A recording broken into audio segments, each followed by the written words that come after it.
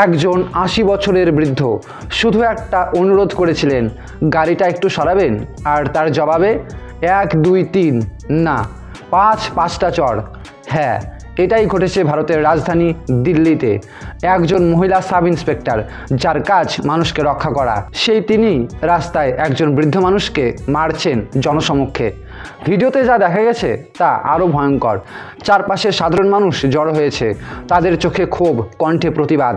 তারা প্রশ্ন করছে, এই কি সেই সুরক্ষা যেটা আমরা পুলিশের কাছ থেকে আশা করি? একটা ইউনিফর্ম যেটা সম্মানের প্রতীক হওয়ার কথা, আজ সেটাই কি ভয়ের প্রতীক হয়ে দাঁড়াচ্ছে? একজন বৃদ্ধ মানুষ, যার বয়স আমাদের দাদু ঠাকুরদার মতো, তার গায়ে হাত তোলা, এটা শুধু অন্যায় নয়, এটা আমাদের মানবিকতার চরম পতন। মনে রাখবেন, আইন সবার জন্য সমান। আপনি পুলিশ হন বা সাধারণ মানুষ, কাউকেই ক্ষমতার অপব্যবহারের অধিকার দেয়নি এই দেশ। কিন্তু এখানে একটা আশার আলো আছে। সেই সাধারণ মানুষ যারা প্রতিবাদ করেছে, যারা অন্যায়ের সামনে মাথা নত করেনি, দিল্লির সেই মানুষগুলোকে স্যালুট। কারণ পরিবর্তন তখনই আসে যখন মানুষ চুপ করে না থেকে প্রতিবাদ করে। আজ একজন বৃদ্ধ, কাল হয়তো আপনি বা আমি। এখনই সময় অন্যায়ের বিরুদ্ধে আওয়াজ তোলার।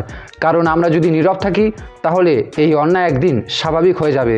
শেষে একটা কথাই, ক্ষমতা মানে দায়িত্ব, অত্যাচার নয়। এই ভিডিওটা শেয়ার করুন, কারণ সত্যিটা ছড়ানো দরকার।